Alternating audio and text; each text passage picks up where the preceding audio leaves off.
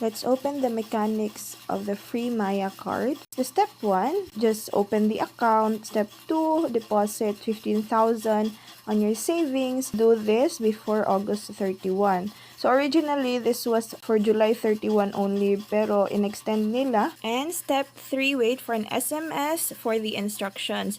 So for me, I received the SMS by August 8. That's 8 days after July 31.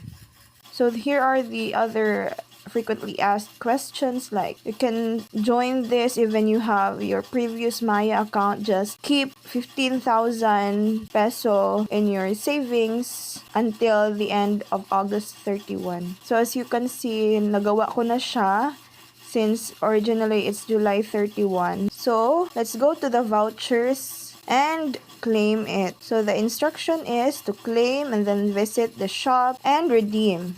So meron itong unique voucher code na dapat ilagay ko sa checkout page so that free yung Maya card ko. So here is the web page. Add to cart. This is delivered to your house. Click the checkout button. So this is for 200 peso if hindi free. As of the moment, it is 150 peso during sale. I just filled up all the details for the shipping information. Then I copied the voucher code. Fill up lang.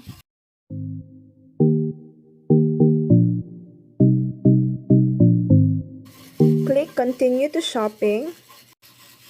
Review your contact and address information and click continue to payment.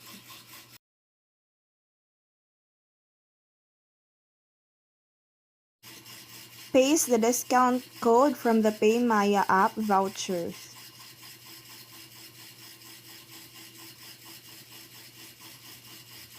And we have 0 peso for the price.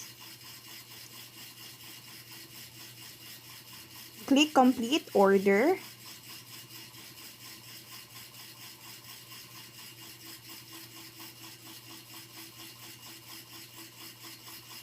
And here is the confirmation. This is also emailed